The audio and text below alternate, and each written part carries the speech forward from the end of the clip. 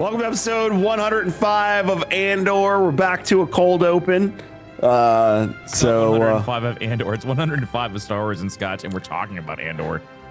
Even better that I messed it up. That's so on brand, because it says episode 105 Andor in the show notes, and I was just reading. That's why. Episode 105 of Star Wars. I'm like Ron Burgundy. He always reads everything on the teleprompter. Who put up here? I'm Ron Burgundy. Welcome to episode 105 of Andor. 65 minutes. At 1 minute and 30 seconds, we will begin the intro. Rare drop stingers. Intro, Kevin and Tim. Anyway, welcome to episode 105 of Star Wars and Scotch. We're going to be talking about Andor. I watched the 2 Dooku episodes of Tales of the Jedi this morning. So good. Poor Yaddle. And we'll talk about some other news, mostly surrounding Andor and Star Wars. But Tim, how have you been? How's Call of Duty? You finished Gotham Knights? No, I'm going to try to finish up Gotham Knights tonight or today because I held off on the ending for you. But I had fun playing Gotham Knights with you. COD's been good. That's been fun. We had Halloween. Kyler was the Hulk for Halloween, so that was fun. Yeah, I had Rapunzel, a pirate zombie, and Ash Ketchum were my kids. Halloween on a Monday is weird though. You and I were talking about this, you had a drink station at your house. I did. Like I was walking around and people were like trying to hand me Jello shots and stuff, and like trying to feed me. Like a bunch of our different neighbors like had like food stations and stuff.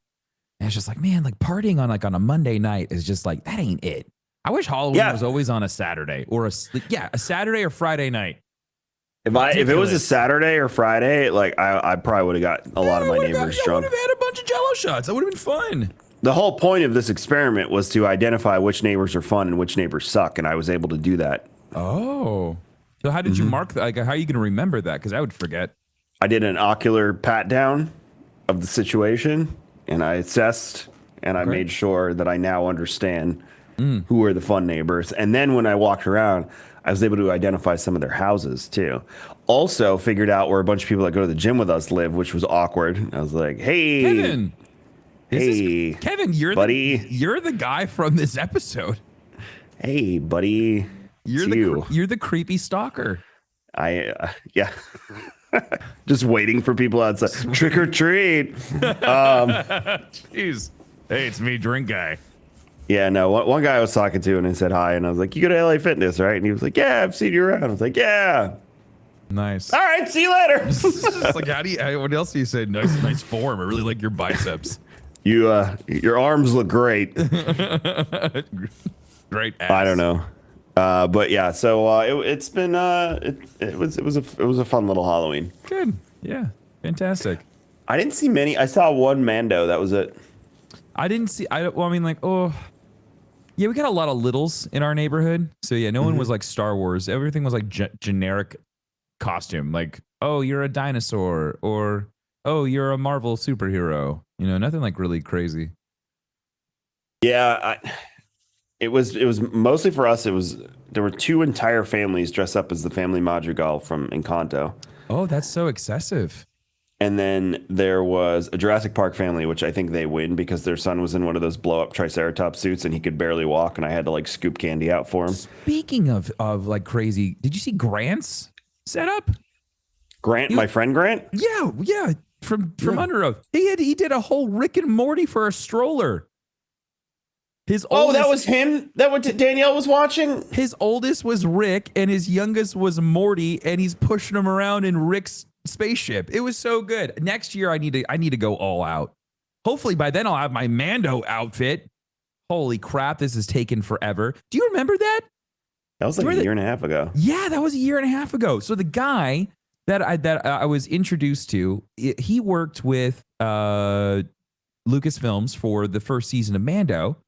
Mm-hmm. And so I hit him up and I'm like, hey man, blah, blah, blah, blah, blah. And then he got hit by COVID. And like, his business slowed down and he lost stuff and all those things.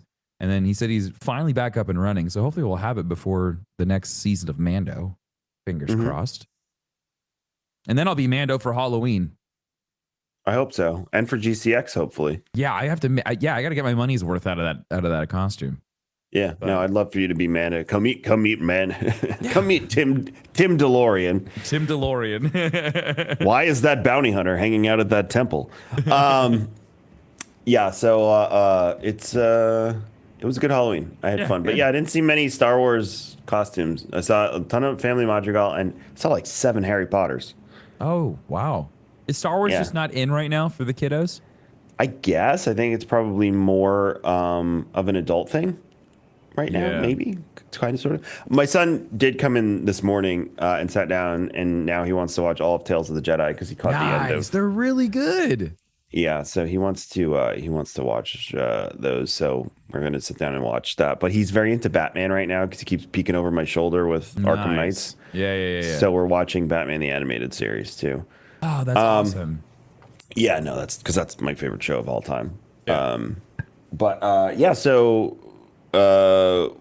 Andor. Well, before we do that, delicious King's Coast coffee. I know you probably missed out on mango honey because you didn't listen to me and Tim, and you didn't get your mango honey, and now it's gone, and it won't be back till next year. But it's the holidays, which So means rare. offerings are going to be coming. I will say this, and I said it on Old Fashioned. I'm going to say it on Star Wars and Scotch. I say it on the streams. We have less cocoa than we've had in years because of supply chain issues. Oh no. So when cocoa goes on sale, I suggest you buy it as quickly as you can. That is all I'm saying. As quickly as you can. Good news, we were able to we couldn't get bourbon barrels for the longest time. Oh. We are finally able to get barrels again, so you'll be seeing some offerings in that department. Stay tuned. Yeah. Wayne was showing off the labels for the Christmas Yeah, those blend look on really, social really good. media. Yeah, those look really, really good. So I don't know, man. I like our fall stuff. Like I wish fall our autumn tide got to hang out a little bit more. Autumn tide won't go away till like after Christmas rush because the first day of winter is when Wayne changes it over. Yeah, but then but we roll December Christmas stuff 21st. out. Yeah, but the Christmas stuff is really good too. Why not both, Timothy? Yeah, because then I end up with too much coffee. That's not Because a bad problem, but not gonna lie, like our Christmas stuff is really good. I love the Christmas blend. Like that's why it's so hard because it's like autumn's really good, but like the Christmas stuff's really good too. And like I'd rather just have the Christmas stuff. Not gonna lie. Yeah, I love. But autumn tide's so good, it just doesn't have enough time to shine. The one thing I do want for our Christmas blend or our cocoa is I want to get those shitty dehydrated marshmallows that you could put in Swiss Miss. Yeah. I don't know where to buy those. Oh, you should just. What if you just made your own? I can do that. You can. Well, we're not going to talk about how today, but Tim, send me that information afterwards because I'm I get intrigued. a lot of really cool like healthy DIY TikTok videos for like, hey, do you want to eat healthy and still enjoy your food? This guy made marshmallows and they were awesome. I saw a guy last night completely, the guy on YouTube with the commercials that's like cardio doesn't burn fat. That guy that's just like being an ass. Yeah. He ripped him apart I saw that video last night. It was really good. Wonderfully, The guy who nicely. looks like the Viking. Yeah. Yeah. He's got like the metal in his beard. Yeah, I really. And he's like, so let me get this straight. And he's like tracing back fat and all that stuff. And he's like, it is not the fat burner, but it burns fat and it's better for your overall health. Yeah. And I didn't know the separation of the thin fat versus the the outer your fat. visceral fat versus your Didn't know about adipose, that. So that's like the cool. That makes me feel good about subcutaneous. doing cardio. Yeah. Okay, we're getting into a freaking workout TikTok. Anyway, so kingscoastcoffee.com and let's talk about Andor. So this yeah, because Tim hates talking about health and working out. I could talk about it all day. So we had our train robbery, and now we're getting our good old fashioned prison break coming. Yeah, but it's not just a prison break, Kevin. Like there's so much more to this. This was probably the darkest Star Wars episode ever. I was simplifying it down to the prison break, but yes, there's a lot of intricacies entwined in it. God, this was like if you wanted Jason Bourne in Star Wars, this is it. Like that's what we said. The tone of this was so awesome. Like I just I don't know what else they could do to try to sell this show. Like that episode in of itself, if you just let people watch that, after watching that, I want an ISB show. I literally just want to watch the ISB just go around and interrogate people because like that is so awesome. I'm thoroughly enjoying Andor being the show that really takes the people that say, and I'm not saying this against you because I know we joke about this, but the people that actually think this, the Empire did nothing wrong people. Yeah. I feel like you need to watch Andor if you haven't watched Andor yet, because they're really driving home how definitely bad things were yeah under the Empire for the average person. Is there security? Yes, but security comes at a price. And then we're not going to have a whole political debate about security versus freedom versus because the Republic has its issues, which is highlighted in Tales of the Jedi as well. So we're not saying that, but we are saying that the Empire did a lot wrong, and it's really front and center in Andor on multiple occasions. This episode, a lot more than the rest. Yeah.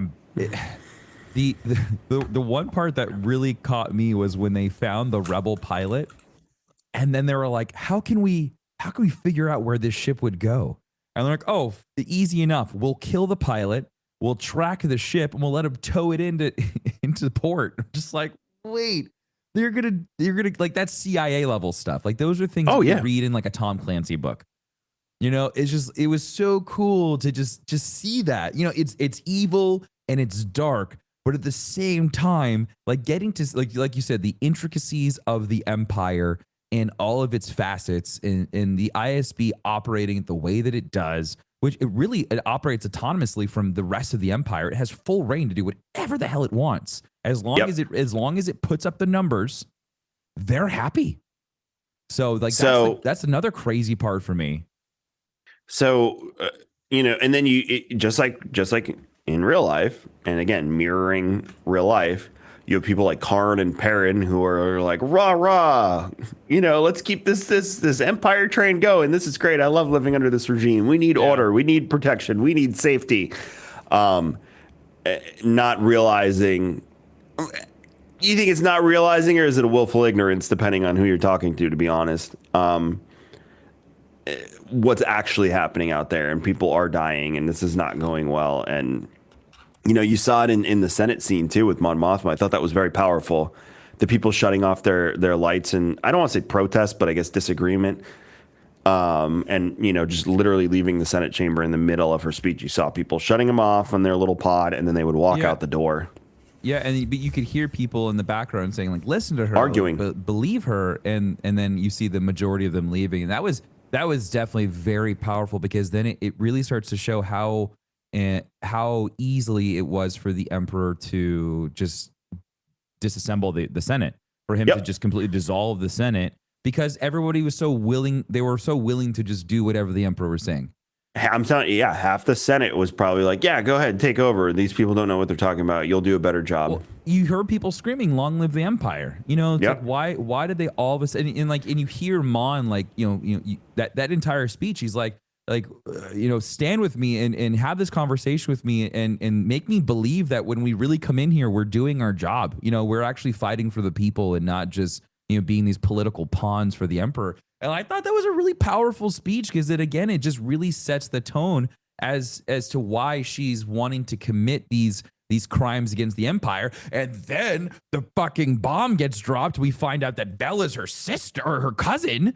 My gosh, that was crazy. I was not expecting that. So so now, like, her connection with Luthen makes even more sense, because Vel was probably the third party in that meetup. Or they met him together or something, but there's definitely like this thing where she knows that Belle is working with Luthen, but she doesn't know the extent at which she's how deep she's in with him. It's reminding me a lot of like the American Revolution story, where all of a sudden these rich people that are entrenched in, British culture and whatnot are subversively meeting with, the rebels. Like George Washington was a big deal in, the British Army and whatnot. Mm-hmm. I don't think a lot of people realize that. So it reminded me a lot of those stories where you have people like Mon Mothma and Vel who are entrenched in this society. They're doing well. Mm-hmm. Like they could just sit back, relax, and it's like what movie? Shaun of the Dead, where he's like, go down to the Winchester, sip down a pint, wait for it all to blow over. Like they could easily do that and look the other way, but they're not. You know, Vel, even when she's leaving, she's like, please act like a spoiled rich girl for, you know, a little while to throw people off the scent. Because I think at this point she knows that Vel's obviously not telling her everything. And I have a feeling she has an inkling that Vel was involved in Aldani. Sure. But they can only say so much. And then her friend, who's the banker now, has her meeting with this gangster. Thug. But this is how revolutions happen. You have to give up. You need dirty money. You need the people that know how to move dirty money. I think that's part of what's happening here. Yeah. And, you know, the less desirables, I'm putting up air quotes for you audio listeners, the less desirables of society suddenly become very useful allies because they're the ones who know what needs to be done to make a revolution occur. And that's what I'm enjoying about the show. We are seeing exactly what we said beforehand, the Jason Bourne and the seeds of the rebellion. We've never seen this side of what's happening in the Empire and the Republic, or not the Republic, the rebellion at this time. We've never seen how these seeds were sown. And then we're seeing the factions. We saw, like we said, Saw Gerrera, we have Mon Mothma, and they're not agreeing with each other. They all have different ideas of how they want to go about this, and that's what makes it messy, and that's what makes it fun for the viewer. She's like, how the heck? You know how it ends, but are you not, Tim, sitting there at this point, like, how the hell are these people going to pull this off? Like, that's where I'm at mentally. Most definitely. But it goes back to that line that we heard in one of the earlier episodes of the guy who flipped on Cassian when he was like, everyone has their own rebellion. You know, like everyone's fighting for their own reasons. And like, that's the coolest part is like you said, like everyone's doing it their way. And somehow, some way, everybody comes together at the end. You know, like that's the cool part, you know, like, but you're right. And that's, again, I think Andor has done the best job of really keeping the finger on the pulse of what's going on in the world. And we can kind of relate to that in certain areas. And I think this is another one of those ways where it's just like, it's really cool to kind of see like how, like you said, like how how a rebellion is put together. You know, what does it really take? Yeah, I mean, it and I think that I don't want to say it's the point of the show because it's not, but I think it's a huge part of the storytelling in the show is what is it going to take to get this done? And I know I've harped on this, I know I've said it, but I'm loving that it's really hearkening back to what he says in Rogue One. You know, I've done terrible things in the name of the rebellion. Mm-hmm. And I'm loving seeing it played out. I'm like, you know, it's really great to see the moral conundrum that Mon Mothma has placed herself in. We know where she ends up. We know that she's going to lead this rebellion and she's going to do a fantastic job. But how many things along the way is she going to have to compromise to get to that place? And that's what I'm super interested in at this point. Yeah, because and you also know like what happens after the fact too. But like this is this big gap in between, you know, episode 3 and episode 4. And it's crazy to see like how much like she's going to have to go through. Like this idea of she needs 400,000 credits. And like the idea of like just dirty ledgers, you know, like that's like to me, that's so interesting because I want to see how that plays out. You know, like that's really cool. And I said this to you right before we started. It was like if you don't find this episode like to be like, wow, because I feel like it had so much of the things that we've been looking for as like Star Wars fans. Like it just had so many different angles, right? Like it had like the interrogation, it had an assassination, it had, you know, you're seeing Cassian starting to build up this like mini rebellion within Narkina 5. And so it's just like, it's really, really cool to see it. Like you could take this show isolated by itself, give it to somebody and be like, here, what do you think? And I feel like this episode does the best job of selling the show. Like it is just, it was so well done. This was a banger of an episode. I feel like, you know, with the introduction of this Davos, I think his name was, I can't remember. I'm like, is it about to get Sopranos now too? That's the vibe I'm getting. Like we're getting a little bit of that Jason Bourne, a little bit of that, you know, American Revolution type of thing. And now it's like, oh, are we going to get a little bit of the Sopranos mixed in here now too? This is fun. Yeah. And I think that's the disconnect is because you have fans like me and you screaming on the internet, like, you all need to watch the show. It's fantastic. So good. But then again, Tim, I go back to what we say all the time. Like, I don't think this is a show Amy and Danielle would get into as much as us. Like, Mandalorian's very palatable, on the surface. I think Andor, you really have to understand the intricacies of Star Wars to fully grasp the brevity of what's happening in the show. Sure. And that's just my opinion. I could be completely off base there, but that's the feeling I'm getting. I'm not in a rush to watch this with my wife. Will we probably watch it over Christmas break or something? Sure. I think my son it's going to all go over his head, so I'm not even going to bother with him on this one. So I think that's part of what's taking place here. But I will be interested to see after the holidays what the numbers look like, how many people watch it, people popping up on social media being like, man, Andor was really good. I wish I watched it sooner in that aspect. A lot of death in this episode. Yeah. Or getting close to death, you know, like I didn't know it was going to happen to Bix. I thought she was gone. Like that whole, like when she's left, she's just like, she's just like whimpering and drooling all over herself. Like that is. And what happened to Puck then? Oh my gosh, if he got it worse than her. I think he's dead. Well, she said the price that he paid. Hopefully you don't have to pay the price that he did. And I'm like, okay, he's probably dead. We had Yolof. Yolof dies of a stroke. No, sorry, he had a Yolof stroke and then he gets euthanized. That's important. Yeah. So he has a stroke and then he's just like, he's not worth saving. And he's like, what do you mean? And like, so then we come to find out that no one on Narkina 5 actually gets out, which is absolutely insane. So now we are seeing the slavery of the Empire. You know, like we've read about it, right? We've read about, you know, the Wookiees getting enslaved. We've known that there are these slave traders, right? But we've never really actually seen it before.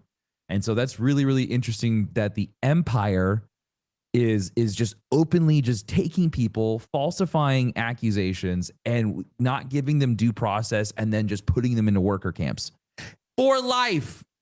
That's the craziest part to me. Like that just, oh my God. So with the whole euthanizing Olaf thing, I remembered a quote, and it's a quote that's been like reformed. And I think the last time I looked it up was by Pearl Buck from the book, The Good Earth. Our society must make it right and possible for old people not to fear the young or be deserted by them. For the test of assimilation is the way that it cares for its helpless members. Oh. Again, going back to the propaganda of the Empire and everything, I've heard it phrased that like a society is measured by the way it treats its elderly and its children. Yeah. So we're seeing it, and you see it played out in real life. I'm not going to name countries, but Google's a wonderful tool for you. You know, indoctrinating your youth and discarding your elderly. That is the measure of a bad society. You know who else did that? The country and that the Empire is modeled after. That's how the Nazis treated their children, their elderly. So we're seeing it again. You Empire apologists out there, your argument is being torn to shreds with Andor. Just want order, Kevin. Yeah, and again, but that is what makes storytelling so beautiful. Yeah. Is the Republic has its problems, and again, we're going to talk about Tales of the Jedi Dooku episodes in a second, and we will dive into the Republic's problems. But in the name of safety and order, now you've sacrificed that to get to this point, where you know you have a man being euthanized in a work camp because he is dying and useless to them at this point. 41 days before he's supposed to be released. Yeah, but we just come to find out that when he was going to get released, he was just going to go right back into circulation because you don't get out, and that's why they killed an entire work block. I liked how they figured it out too, because someone from Cell Block 2 that got, or 4 that got out was just relocated to Cell Block 2. Or Block 2. They're not cells. Work Block 2.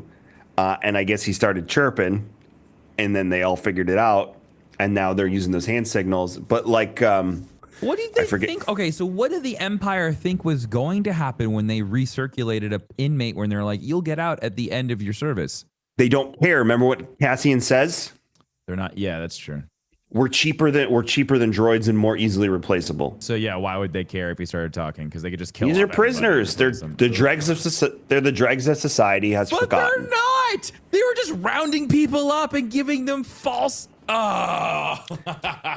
Again, go through So history. gross, This has dude. happened in plenty of countries around the world over the course of history, So where gross. people for including the one that Tim and I live in, people are rounded up for minor crimes and then have these ridiculous sentences. Now it's Star Wars and it's fantasy, so they're taking it 10 steps further. But Right. yeah, this is how you run the war machine. This is how you. We still haven't figured out what they're making. I really hope we figure that out because I would love to know what they're producing in this factory. Hopefully by the end of it, we'll find out.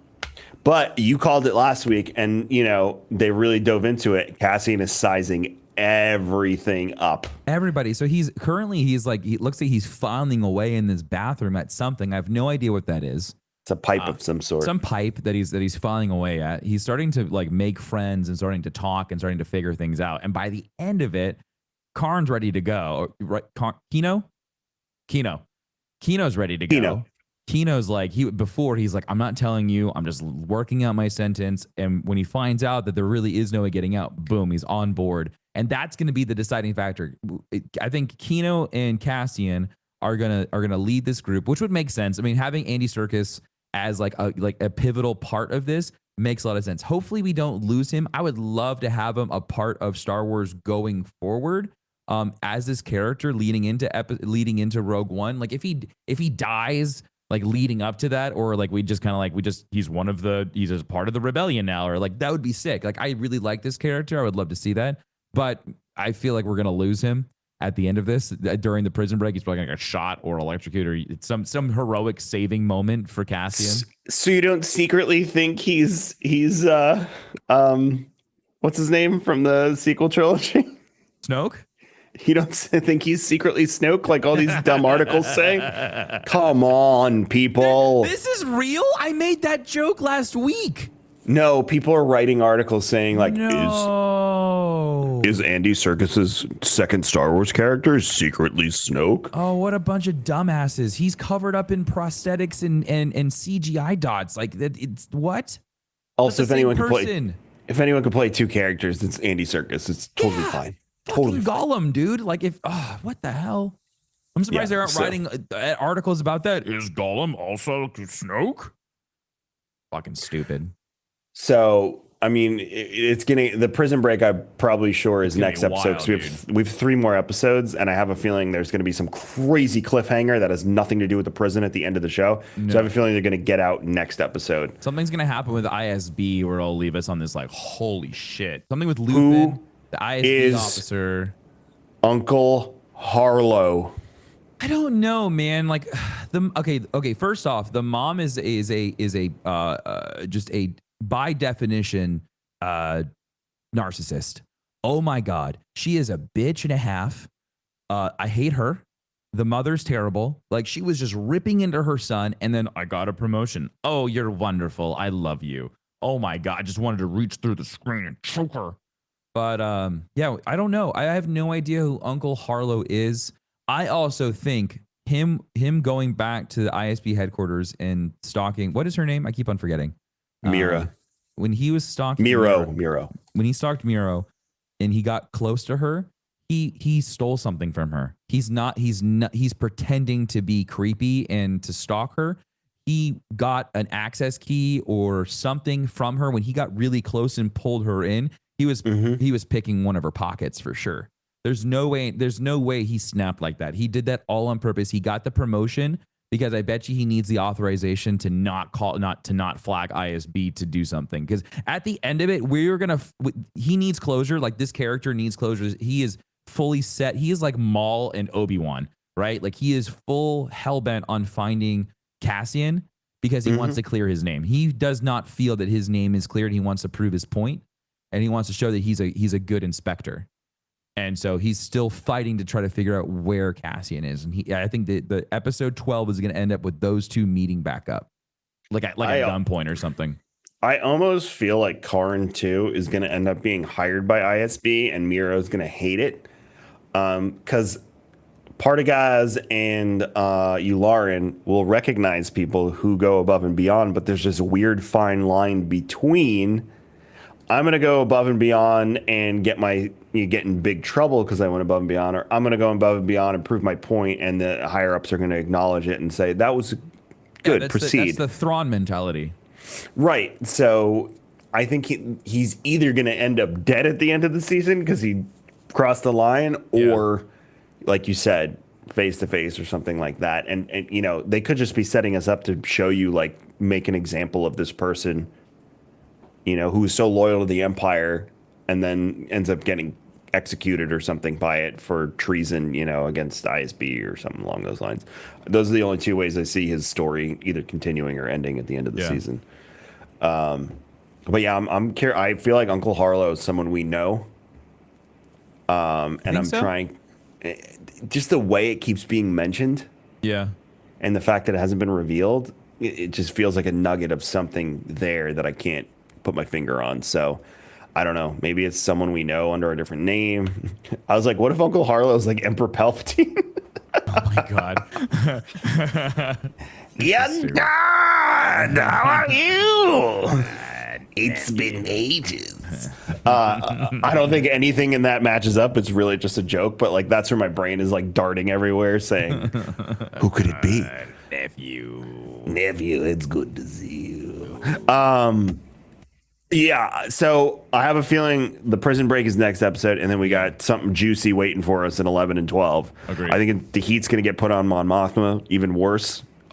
She's going to make this deal with the gangster against her better judgment. It'll work. Knowing that he has to come to her house too is also like really wild. The thing that worries me about that is Perrin being there around somewhere. He can't be there when she's meeting with a gangster, because that's what if he dies?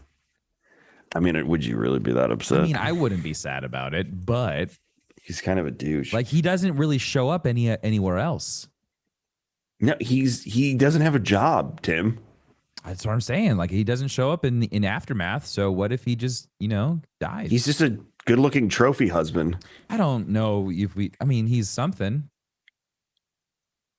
I loved when he was at the table, like ridiculing Val, and she was just giving it right back to him. Yeah. Oh my God, that was rough. All of the good ones are taken, and you're too old now, and blah blah blah blah blah. I was just like, oh, read the room, dude. It's like, actually, I have a girlfriend, you prick. Yeah, and they're really cute together. They are, but she's on. She's watching Mom. Yeah, who is also being watched by ISB. ISB.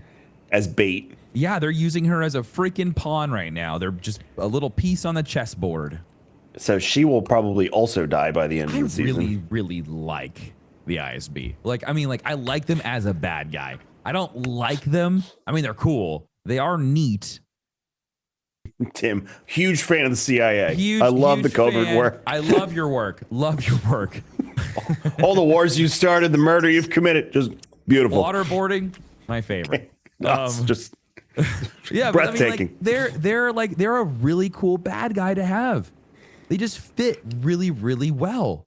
I mean, dude, the Empire is full of cool bad guys. I know. I just it is nice. It is, Kevin. It is nice to have a not fluffy, happy-go-lucky Star Wars story. It is nice to have a bad guy that is just always there and just doing nasty shit.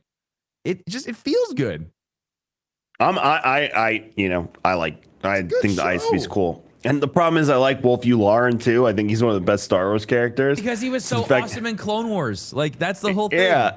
So the fact that he's in charge of everything is just like, yeah, but cool. even in the Thrawn books, didn't you like him?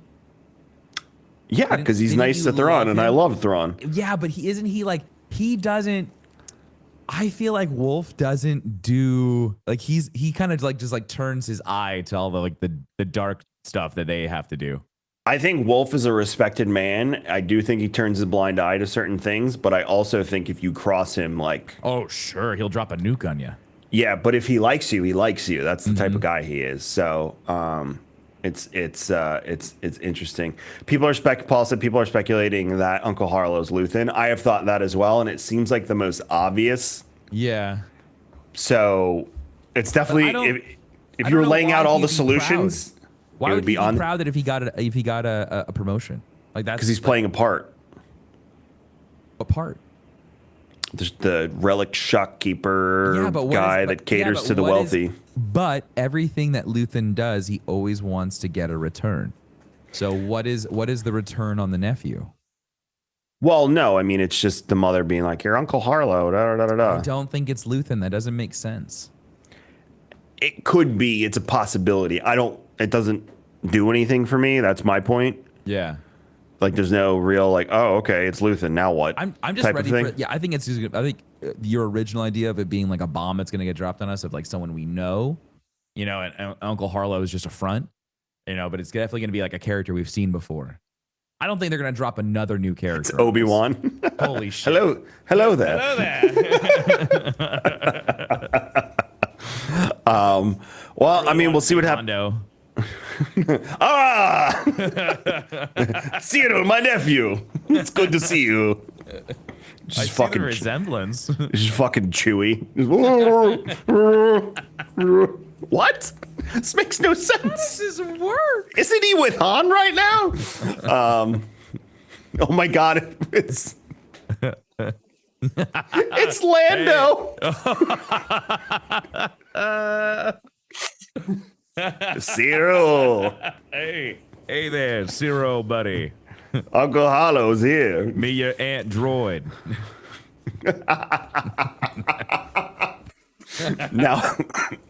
Now I want it to be Lando so bad. Just Billy D. It's old Billy D too. Oh, for no reason. It's just old Billy D. Williams. To be old Billy D. Hey. Where am Isn't he young right now? Why is Billy D. Williams doing this? This isn't the Millennium Falcon.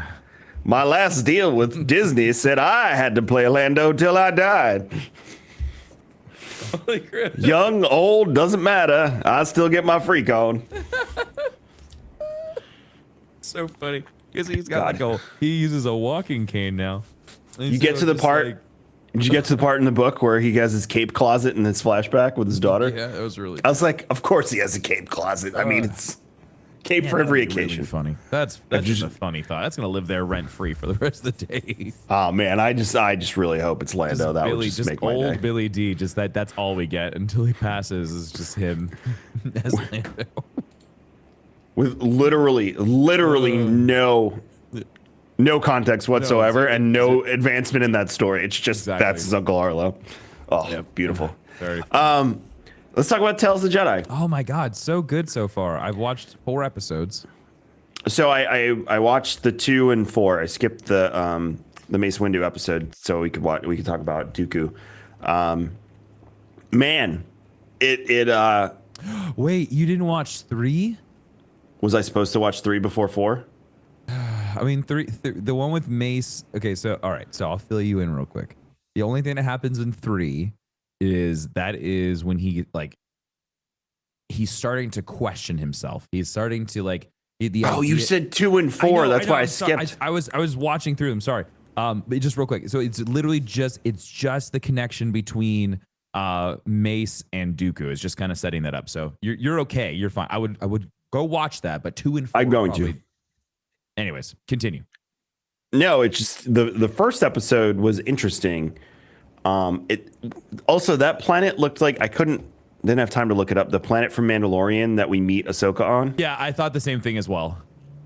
Yeah, the very cowboy western samurai inspired planet. Yeah. So it may not be. I have no idea. So it was interesting because I go from Andor, where it's like, the Empire did everything wrong, to now really exposing the fallacies in the Republic, where these senators live these high and lofty lives. And you want to notice the common theme in both scenarios with rebellion, dissension, all that stuff. It's always the younger people, the kids, the cousins, the nephews, the nieces. Yeah. They're the ones that this isn't right. I shouldn't be living like this while these people live like this. Yep. And in both scenarios, you have Val, and now you have the son of the senator. Literally to Dooku, I got captured, but this is wrong. This shouldn't, these people shouldn't be living like this. And I felt like that was Dooku's turning point in that was even this kid agrees. Yeah. And then in episode 3, it pushes it even farther with him and Mace. They go and they find out that a Jedi had been assassinated or had died, and they go to pick her body up and to take it back to the Jedi Temple for burial. And Mace and Dooku are doing an investigation of the site. They're like, okay, take us to where they died. And the senator that's there, he's like, oh, what's the point? There's no reason. You know, it was so dangerous. You know, she was there protecting me. And they start asking a bunch of questions. Come to find out, the security detail is who killed the Jedi, and then they also end up killing the senator for good reasons. It was a rebellion. They saw the Jedi and the Republic as this force of oppression because that their senator was taking money from them and was just bleeding the planet. He was selling off the planet piece by piece. And so that's what was really frustrating. What's crazy is that at the end of that episode, he meets up with Qui-Gon. And so that's when he's like, he talks to Qui-Gon, and you could see like that's the last time that he saw Qui-Gon alive. Because it takes you right up to episode 1 when Qui-Gon goes to speak to the council about Darth Maul. Yep. That's where it dropped us off at episode 3. So then episode 4 starts, and he's all pissed off because Qui-Gon's dead. Interesting. All right, I'll watch that today when I'm eating my lunch. And then episode 4 is that entire thing where he's like, you know, everybody's wrong. I wish they would have just listened to me. You know, his countenance, like you see the seed of it in 2, and then in 4 it was quite a shift. But I knew the time jump, so like I was understanding what happened. I like that there's something in between, so now I want to go back and watch 3. So it's just like it's a little jump. Yeah, it gets a little jumpy. It doesn't really explain it as much because like Qui-Gon's young in 2, and then when you see him at the end of 3, he's episode 1 Qui-Gon, and you're like, holy shit, how much time did we jump over from there?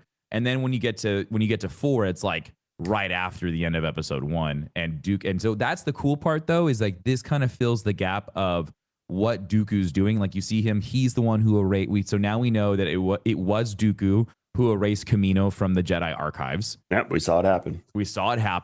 And he's using Sifo Dyas's identification to do it, which I thought was really, really cool.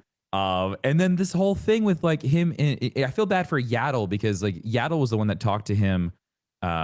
She talked to him at the end of episode 3. Yeah, when you watch 3, it'll make a little bit more sense. I'm so sorry that I misled you on that one. Episode 3 with Yaddle, she's standing there with Qui-Gon and Dooku, and she's talking as a representative from the council.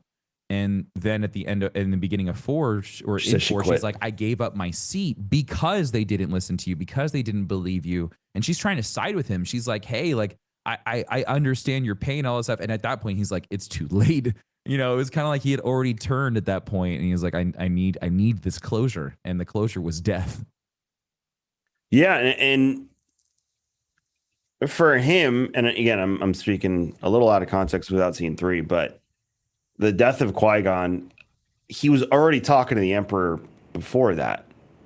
Yeah, so it seems like during episode 1, it seems like Dooku was already talking to the Emperor, because you see he's like, you know, I lost an apprentice as you lost an apprentice, you know, right. and so at that point they were, because there was the rule of 2 was still in play. You know, so he was not there. The Emperor didn't have 2 apprentices. I think Dooku was just working. I think at that point he was an agent of the Emperor. He wasn't actually his Padawan apprentice. Apprentice. Yeah. Because he might be by then, because Maul's dead. If Qui-Gon's dead, Maul's presumed dead. At that point now in episode 4, yes, that's when he completely gives himself to the Emperor, like when he succumbs to that, when like Vader does. You know, I submit myself to your teachings. so that was him becoming the Emperor's apprentice. But like that was really cool. That was really neat to see the turning of Dooku.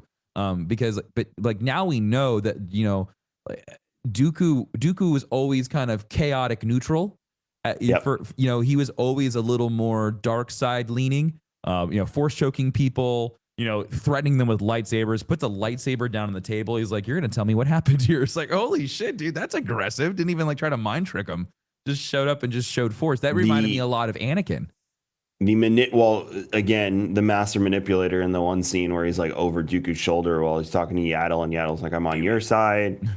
It was literally that. Yeah. But he was, doing his insanely good manipulation. And the problem with Palpatine and going back to Empire did nothing wrong is that when Palpatine speaks a lot of the time, you're always like, He's a silver not tongue. wrong. Mm-hmm. And the best villains do that. Batman with Joker. Joker speaks, especially like Killing Joke monologue, and you're just like, well, he's when he's like, how many times has World War III almost started over a flock of geese flying across a radar screen? And I'm like, the scene in The Dark Knight where he's talking to Harvey, and he's like, if I say that I'm going to kill, and a convoy of soldiers, nobody blinks an eye. The best villains always, like you said, the silver tongue, the hint of truth, enough truth that you go, oh. And then once you get that doubt in there, well, that's for a negotiator. That's when they know they've got you. We even saw it in Rings of Power with Sauron and Halbrand, like the things he was saying to Galadriel. You're like, well, he's not wrong. That's the best bad guy. That's the best bad guy is when they just when they believe that their truth is nothing but the truth, then you're just like, oh wow, okay, I can understand from your point of view. Yep. Yeah, I mean, you have the absolute, and again, that scale of evil, like you said, that he is that. He's almost Dooku to me. It's like a means to an end for him. He's not sold on the idea of being a Sith, in my opinion. He's sold on the idea of bringing peace to the galaxy, which is usually the gateway to becoming a Sith. I don't think he's sold on the Emperor completely, and I think it showed a little bit of a different side than we see in the movies. Because when we meet him in the movies, he's in. He's lightsaber's red. He's bled his lightsaber and all that. I think they did a great job of fleshing out that character more in Clone Wars, because like they gave him so much more of a character. Where he was like, oh, he was the third party. He was the person who would come and intervene for the Separatists, but he was always driving the narrative of the Emperor the entire time, even though he was trying to embody himself as a leader of the Separatists, and just like, oh, I'm doing this for peace and blah, blah, blah, blah, blah. And that's what I really love, because you're right. Because by the time we get him in 2, it's just kind of like, oh, he's just a Sith Lord, and that's really it. But there's so much more to Dooku. And if anything, he definitely like mirrors Anakin to a certain degree. Or I guess Anakin's path kind of mirrors Dooku in the sense of like, he's doing it for the right reasons, right? He sees the corruption. He sees the disloyalty. He sees everything that's wrong, but he only knows the path of using force and being angry and doing all of this stuff. I wouldn't say incorrectly. It's just it's morally not right, because I mean he's going down and he's just killing everybody. You see it in Legends canon. I'm sure they're going to start introducing it in High Republic as well. But that's always what happens. These Jedi are very disenchanted with the Republic, and they showed it in episode 2 with Dooku. Like, our way isn't working. Yeah. So there must be another way, and that is always the gateway. That's why Revan and Malak end up as Darth Revan and Darth Malak, because at first they leave to go fight a war against the Council's wishes, because they're like, we can't leave these innocent people to fend for themselves against the Mandalorians in the Outer Rim. We have to defend them. Again, taking on the Jedi principles and meaning, but not adhering to the Council, and they go out and do it. And this is the fun part. This is where you can have your debate that the Jedi Council is actually the thing that probably causes Sith to be Sith more than anything. Well, it's the opposite. It's the yin and yang. Right. But the fact that they adhere to their principles to a fault so deeply, that's why when we meet Jolie in Coder and he's the Grey Jedi, he didn't go the Sith route, but he also knew the way the Jedi were going was not working either. Look how happy the Wayfinders are. Like, that's the other thing too, is like when they live in this like peaceful middle, they're just good and happy. Like they're literally living in the in-between of good and evil, and they're just right there in the middle. And that's what Disney wanted. They wanted to take the concept of the Great Jedi and expand on it beyond just like this almost classification of a Force user. They wanted it to be that true balance is the path to enlightenment, to peace, to all of that stuff within the Force, which is not something that really happened with Lucas. They touched on it with the Great Jedi stuff, but true balance was where it was at. So Disney is really stretching out the Force to its limits. Lucas was very polar. He was either good or bad.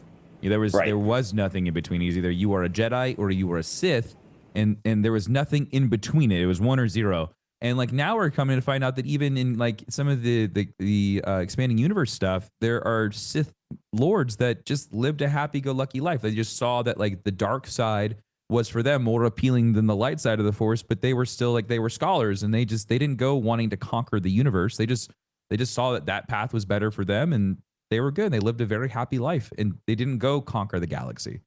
So like, and I like that. I think that's really cool that you can like showcase that like this. It's not just like either you're a Jedi and fighting for good, and you have to be like this holy paladin, or you are this tyrannical monster as being a Sith. And that's really neat that there really are starting to flush that out more. That there's all these Force sensitive people, or these people that align in one way, but they don't really. They aren't those battle warriors. And that was, they're taking the idea of, like I said, of Legends canon, where a lot of these Jedi become Sith. Like if you read the Keldroma brothers story, same thing. They're disenchanted with the way the Jedi are doing things. They go off in search of enlightenment and true peace, and they end up like on Korriban or something like that. And then all of a sudden these people are like, oh, you want true power, you want to understand the power inside of you and the Force. Well, this is what you can do, and then they're adherent to these ancient Sith ghosts and whatnot. So I like that is the one thing I think Disney has done very well, has proven that it's not this polarizing good versus evil, that there's true balance, which is very, Japanese in that samurai ninja type of, like you said, yin and yang. That, to me, it really brings home that side of what Star Wars is, because that's a huge piece of Star Wars. So I'm liking that. And I like that Clone Wars and some of the other shows have introduced us to Force users that practice balance and whatnot as well, too. In that sense, and even other Force users like the Witches of Dathomir that tap into the dark side, but they're not necessarily evil. That's just the power they know. Users. Yeah. So the more Star Wars blurs the lines, I think the more it'll keep people interested, because that, to me, that's what makes Game of Thrones so interesting. Is there's no good guys and bad guys. Right. Everyone's in it for their own gains. Everyone has their own ideas, their own morals, their own section. Some people are willing to compromise their morals. You have people like Ned Stark who, like, oh, he never tell a lie. He's, one of the most respected men in the kingdom. Well, he got his head chopped off for it. So spoilers. So I like that Star Wars is bringing that into this. A lot of people with Rings of Power said the same thing. They're like, oh, the elves are why are they so pious and assholey? I'm like, go read the Silmarillion. They're dicks. They're huge assholes. They think they're better than everybody. So just the idea of because the only elf people really knew was like Legolas and Elrond, and they're like, oh, look at them, they're so cool. So I'm enjoying the lines being blurred, because again, it goes back to what we said into Andor in the beginning of the episode: the terrible things I've done in the name of the rebellion. How much are you willing to compromise your morals to get the objective that you seek? And even on the other side, how deep, dark, and dirty are you willing to get to maintain your peace and order in the galaxy? And that's what I'm enjoying. These are the stories that are being told, and I think Disney's doing a very good job. It's not Disney, let's be honest. I think Dave Filoni and the rest of his crew are doing a very good job of bringing that to life and showcasing that. So despite all the problems with Disney, I think they're doing a good job of storytelling within the shows. I just want a rated R star. Like this show is so close to a rated R show that I were just like, oh man, like we get like a little bit of like, I mean, you are so close to Game of Thrones, Kevin. There's been butts. We've seen a bit of side boob. We've got post-sex scenes. Yeah, dude. We've had people taking pisses by rocks. I mean, like literally, like they have. I meant the word shit. Yeah, yeah. I mean, like we also have like all I have to say is fuck, and I think we're at rated R. No, PG-13 still. Is this PG or PG-13? You're allowed one fuck, I think, on PG-13. So it's TV. Still, I think Andor's TV-14. TV-14, dude. I'm just saying they could up it a little bit more. They could up it a little bit. TV-14. I made the tweet this morning. I said Andor continues to blow me away. What a banger of an episode. And I was, as you were talking, I was looking through the replies, and it's really funny. Someone says best Star Wars series by far. Someone else says Andor started very mid for me. Rings of Power for me was a million times better. I'll have to go give Andor a fair shake and start watching again. It was my favorite episode so far. The delivery of every single line from the script is just incredible. Is it good? I really just can't get the meh to watch it. You know, it's just like, it's so crazy just picking some of these replies. It's just like, great. I don't know. Awesome. I don't know. It's just so interesting. I am very excited to go back and watch it as one. Oh yeah. Uh-huh. Because I have a feeling I'll find new stuff. I'll know, the best part is when you know the outcome, you know what to look for in the earlier episodes. I just want to do, when this is all said and done, a watch party from episode 1 all the way to episode 24 into Rogue One. And I just want to see what that looks like. You mean through the trilogy at that point? Because you're I just want to see, like, how does Andor's story, because we know how it ends and we know how it begins, but to get that entire playthrough and then drop us off at the front door, just like watching Rogue, like I watched Rogue One and then immediately turned on episode 4 multiple times just because you have to. I love the transition from, and I tried to like fast forward it right to the moment of like when Leia's ship's going and the Star Destroyer is behind it, because it matches up perfectly. And there's even someone on YouTube did that actual edit, and it's just one seamless piece. And it goes from like Vader's murder scene where he's slicing everybody up, and it goes right into that. And it's just, oh, chef kiss, dude. It's perfect.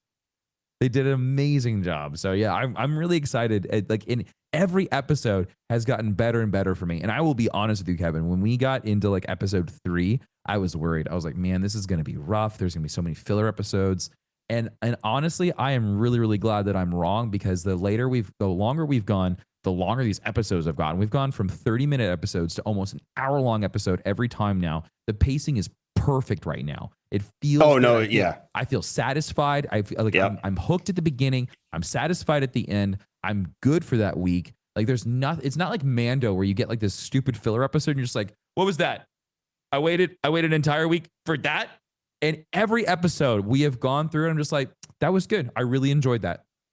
Because they're not fillers, they're setups. They are. Every episode has had meat on the bone. It is satiated my Star Wars needs. And it feels good. It continues to tell the story. It's a building block every episode. And I just like, man, I really hope they get this right going forward with other shows, because having an episode every week that is a building block to your end goal feels so much better than just having filler episodes to make up time, because it just doesn't feel good. This feels good. I love it. It does. No, it's been fantastic. I can't wait for these last 3 episodes. 3. I think we got 3 more. We're on. This is episode 9, so we got 3 more. Yeah, which is awesome, because it's going to take us right up Thanksgiving, and then Tim, Thanksgiving weekend, you just watch it all.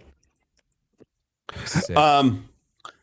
Before we get out of here, one piece of news we do want to touch on. We couldn't get to all the news today, so we'll talk about some of the other stuff that's not as pressing. This one's pressing. Star Wars movies on hold due to Kathleen Kennedy's fear of the future. This comes from Puck.News, and it was reported by a bunch of other outlets. Kathleen Kennedy's stewardship of the movie franchise continues to baffle as a key right hand exits, and a new film, perhaps the one in development with Damon Lindelof, isn't expected until at least 2025. 6 years after Rise of Skywalker. The nice way of saying it and new mantra at Lucasfilm is, quote, getting it right, unquote. It's accepted internally that the last trilogy, and especially after Rise of Skywalker, was rushed to meet release dates after Kennedy removed original writers and played it safe by basically rewriting A New Hope. Here's the issue, Kathleen, is you went from one extreme to the other. What is she doing? I think it's time to give Dave the baton. What is she so afraid of? Like, Star Wars is literally in the best place that it could possibly be in. Like, if you watch interviews with her, the movies is her thing. I know, but that's the whole thing, is like a lot of, I'm going to say, I might get in trouble for this. I think a lot of people have forgotten about the latest trilogy. I fervently believe that these Star Wars shows have made up for the wishy-washiness of the newest trilogy storytelling. I think the other problem is, Tim, is that it's going to constantly be compared to Marvel because of ownership and that. But my point is that Star Wars still, regardless of everything that happened before with the last trilogy, where it's at, the brand as a whole is in an amazing place. So why play it scared? Why play so close to the chest and in the pocket when you are every single experiment that you have put out into the wild has done well? So why is she so scared? It makes absolutely zero sense to me. And all she's going to do is she's going to continue to strangle the life out of the cinematic universe of Star Wars. I am curious what Chapek's role in all of this, because the movies came out under Iger's watch, and everyone loves him. The thing, though, is I don't think Iger had a lot of decision making when it came to that. I don't think that was his shot to call. Yes, is he the guy at the top who signs the checks? Yes.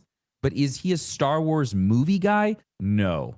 So I still don't think the CEO of Disney is playing into what Lucasfilms is doing. Does he get to watch it at the end of the day and be like, yes, no?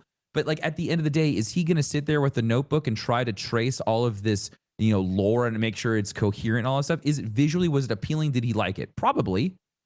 That's the whole thing, is like visually it was appealing. Visually, it was a Star Wars movie. Visually, it told a story. But if you look at it in the entire scope of Star Wars, it was kind of a mess. It was a lot of mess. But it still did its job. That's the whole thing, is like it did what it was supposed to do. It got people interested in Star Wars. It got people talking about Star Wars, and it gave birth to an entire new way of us taking in Star Wars content, which is Disney Plus, and in the stories that we have now. I think because without that trilogy mishap, I still don't think we would have a successful setup for Dave to set up his entire thing. I also think the course correcting screwed them up, because their idea was to like release 3 movies a year or 2 movies a year like Marvel, and then they were switched to TV shows because Mandalorian did so well. I also think Clone Wars might have played into that too. People were conditioned to watch Star Wars in a show format because people were watching Clone Wars and Rebels. Yeah, but like we said, most casuals won't watch animated. The hardcore people watch animated. I get that, right? But I'm just saying, like, that whole Venn diagram thing is like it was a lot easier to get like your conditioned Star Wars fans to just like continue watching Star Wars shows. I also get curious how much of the pandemic and Disney Plus played into how Disney pushes content out. I would love to see someone do an entire like just research paper into like how Star Wars evolved and what was the catalyst for all of it. Was it the shows? Was it the pandemic? Was it the new trilogy? For the purpose of Star Wars storytelling, because it is different than Marvel, TV shows have been much better to consume. I know it's more expensive. I know it's harder to keep, talent that way, but it's just been better. In movies, I don't want another trilogy unless it's in another era. I do not want to go beyond episode 9 and learn what happens after. I don't mind TV shows that do that. I don't mind one-offs, Rogue One style, that talk about stuff that maybe has nothing to do with Rey or Finn or something like that. But I would, if you're going to do another trilogy, it better be in another era. It better not be post episode 9. Did you see the article about what could potentially be like what they were talking about the newest trilogy? How it was going to be a callback to characters that we already know. They have to, and that again, it goes back to what we were saying a week or two ago. Like they got to pull this parachute at some point and bring in the Mara Jades and the Revans and the Kyle Katarns. They need I think you're right. If they need to get experimental, like the Ninth Jedi was so good. That entire world, that whole idea. Why don't you play off that? The Jedi Visions been gone for 200 years. That was like we kept on saying. Visions was the playground. Just like What If is the playground. Like What If literally was the playground to figure out how they could make freaking Peggy Captain America. Like they played with that whole thing. And then they put it in. They put it on the big screen. Multiverse of Madness, and it's the same thing with Visions. Like Vision season 2 comes out in spring next year, but Ronin got a novel. Ronin now has a comic book. Mm-hmm. People like Ronin. I liked it. So it was I don't know. It's interesting to dissect it, and maybe we could do a little more over the course of the next few episodes on what the future is going to be as we get more news, but it's a very rocky road. I did find it very amusing that EA made the comment that the reason they got this 3-game deal with Marvel was because of their quote success with Star Wars, end quote. And I'm like, all it takes is like a 50% success rate and you can get a Marvel deal. I mean, come on, like I'll take a Marvel deal on those numbers. Because as great as EA has been with Battlefront and fixing Battlefront and giving us Fallen Order, they've been equally as bad canceling games and ruining that side of things. So I don't know. We will see, but we will see. That's all for today. Thank you for listening to episode 105 of Andor, right, Tim? Not Star Wars and Scotch. 65 minutes. We will be back next week with more Andor. The rest, I say we finish Tales of the Jedi off next week. How do you feel about that? Yeah, for sure. So we'll cover those last 2 episodes. I'll catch up on 3 today. And if there's anything I want to add, I'll add it next week. But you can follow Timmy's Darkness429 everywhere on the internet. He streams live on Facebook, epi.gg/darkness429, Monday through Friday, 9 a.m.-ish Eastern. Stop on by, say hello, drop a sub. You could throw stars at him, too. You just literally throw stars at him. Just like a stripper. Just like a stripper. Just throw stars. Hey, flex for me. Break that pumpkin with your legs. And everything I do is at Rare Drop. You go to raredrop.co. Make sure you're following Star Wars and Scotch across the board, too. We're on Facebook, we're on Twitter, TikTok. There's some, I went through the TikTok comments against my better judgment recently, and I shouldn't have done why that. Would you do that? Yeah, I will never do that again. But some of the comments are just hilariously evil. A lot of people. Thank you for the engagements. You know who I feel bad for? It was Cam. Some people loved Cam and some people were so mean to Cam. I don't have the heart to tell him this, but I was like, why? He's Cam. He's Canadian. He's Canadian. He wouldn't hurt a fly. But yeah, everything. If you want to send me anything, it's Kevin X Vision on Twitter, KMagic101 on Instagram. But we will see you next week for another episode of Star Wars and Scotch. Tip. The Force be with you. Always.